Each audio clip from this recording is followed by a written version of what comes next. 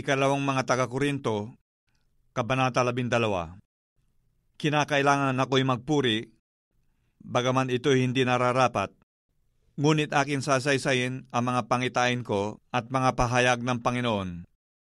Nakikilala ko ang isang lalaki kay Kristo na mayroon ng 14 na taon maging sa katawan, aywan ko, o maging sa labas ng katawan, aywan ko. Diyos ang nakakaalam, na inagaw hanggang sa 3 langit. At nakikilala ko ang taong yan maging sa katawan o sa labas ng katawan, aywan ko. Diyos ang nakakaalam, na kung paano siya inagaw sa paraiso at makarinig ng mga salitang di masayod na hindi nararapat salitay ng tao. Tungkol sa taong yaon, ako'y magmamapuri. Ngunit tungkol sa aking sarili ay hindi ako magmamapuri, maliban na sa aking mga kahinaan. Sapagkat kung ibigin kong ako'y magmapuri, ay hindi ako magiging mangmang, sapagkat sasalitain ko ang katotohanan. Ngunit nagpipigil ako, baka ang sino man ay magakalang ako'y mataas sa nakikita niya sa akin o naririnig sa akin, at nang ako'y huwag magpalalo ng labis dahil sa kadakilaan ng mga pahayag, ay binigyan ako ng isang titik sa laman ng isang sugo ni Satanas upang ako'y tampalin nang ako'y huwag magpalalo ng labis. Tungkol dito'y maikatlo akong nananalangin sa Panginoon upang ilayo ito sa akin. At siya'y nagsabi sa akin, ang aking biyaya ay sapat na sa iyo, sapagkat ang aking kapangyarihan ay nagiging sakdal sa kahinaan. Kaya't bagkus akong nagmamapuri na may malaking galak sa aking kahinaan upang manahanawa sa akin ang kapangyarihan ni Kristo. Kaya nga ako'y nagagalak sa mga kahinaan, sa mga pagkaapi, sa mga pangangailangan, sa mga pagkakausig, sa mga paghihinagpis, dahil kay Kristo, sapagkat pagka ako'y mahina, ako nga'y malakas. Ako'y naging mangmang, pinilit ninyo ako sana'y dapat ninyong purihin, sapagkat sa anuman ay hindi ako naging huli sa lubhang mga dakilang apostol, bagaman ako'y walang kabuluhan. Tunay na ang mga tanda ng apostol ay pawang nangyari sa inyo sa buong pagtitiis, sa pamamagitan ng mga tanda at mga kababalaghan at ng mga gawang makapangyarihan. Sapagkat ano nga ang inyong ikinahuli sa ibang mga iglesia, kundi ang ako'y hindi naging pasanin ninyo? Ipatawad ninyo sa akin ang kamaliang ito. Narito, ito ang ikatlo na ako'y handang pumarian sa inyo, at ako'y hindi magiging pasanin ninyo, sapagkat hindi ko hinahanap ang inyo, kundi kayo, sapagkat hindi nararapat ipagtipon ng mga anak ang mga magulang, kundi ng mga magulang ang mga anak. At ako'y gugugol ng may malaking kagalakan, at ako'y gugugol dahil sa inyong mga kaluluwa. Kung kayo iniibig ko ng lalong higit, ako bagay iniibig ng kaunti? Datapwat magkagayon man, ako'y hindi naging pasan sa inyo, kundi dahil sa pagkatuso ko, kayo'y hinuli ko sa daya. Kayo bagay aking dinaya sa pamamagitan ng sinuman sa mga sinugo sa inyo?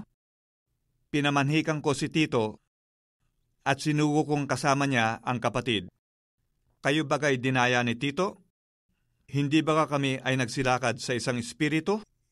Hindi ba kami ay nagsisunod sa gayon ding mga hakbang? Inisip ninyo na sa buong panahong ito'y kami ay nangagdadahilan sa inyo. Sa paningin ng Diyos ay nangagsasalita kami sa pangalan ni Kristo. Datapwat ang lahat ng mga bagay, mga minamahal, ay sa inyong mga ikatitibay. Natatakot nga ako na baka sa anumang paraan, kung ako'y dumating ay kayo'y masumpungan kong hindi gaya ng ibig ko, at ako ay inyong masumpungang hindi gaya ng ibig ninyo, baka sa anumang paraan ay magkaroon ng pagtatalo, mga paninibugho, mga kagalitan, mga pagkakampi-kampi, mga pagsirampuri, mga paghatid dumapit, mga kapalaluan, mga pagkakagulo, Baka pagka ako'y dumating na muli, ay ako'y pababain ng Diyos ko sa harapan ninyo, at ako'y malumbay dahil sa marami sa nagkasalang una, at hindi nangagsisi sa karumihan at sa pakikiapid at sa kalibugan na ginawa nila. Ikalawang mga taga-Korinto, Kabanata 13. Ito ang ikatlo na ako'y paririyan sa inyo. Sa bibig ng dalawang saksi o ng tatlo ay papagtibayin ang bawat salita. Sinabi ko na ng una, at muling aking ipinagpapauna, gaya ng ako'y naharap ng ikalawa, gayon din ngayon, na ako'y wala sa harapan, sa mga nagkasala ng una, at sa mga iba pa, na kung ako'y pumaryang muli ay hindi ko na patatawarin. Yamang nagsisihanap kayo ng isang katunayan na si Kristo ay nagsasalita sa akin, na siya sa inyo'y hindi mahina, kundi sa inyo'y makapangyarihan, sapagkat siya'y ipinako sa krus dahil sa kahinaan, gayon may nabubuhay siya dahil sa kapangyarihan ng Diyos. Sapagkat kami naman ay sa kanya'y mahihina, ngunit kami ay mabubuhay na kasama niya sa kapangyarihan ng Diyos sa inyo. Siyasatin ninyo ang inyong sarili kung kayo'y nangasa pananampalataya. Subukin ninyo ang inyong sarili. Hindi ba ninyo nalalaman sa ganang inyong sarili na si Jesucristo ay nasa inyo? Maliban na nga kung kayo'y itinakwil na. Ngunit inaasahan ko na inyong mga kikilala na kami ay hindi itinakwil.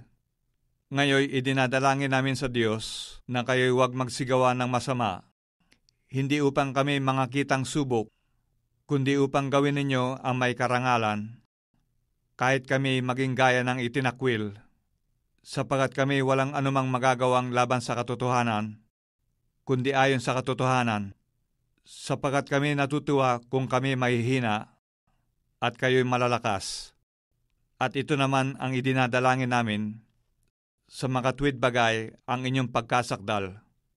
Dahil dito'y sinusulat ko ang mga bagay na ito samantalang ako'y wala sa harapan, upang kung nasa harapan ay huwag akong gumamit ng kabagsikan, ayon sa kapamahalang ibinibigay sa akin ng Panginoon sa ikatitibay, at hindi sa ikagigiba.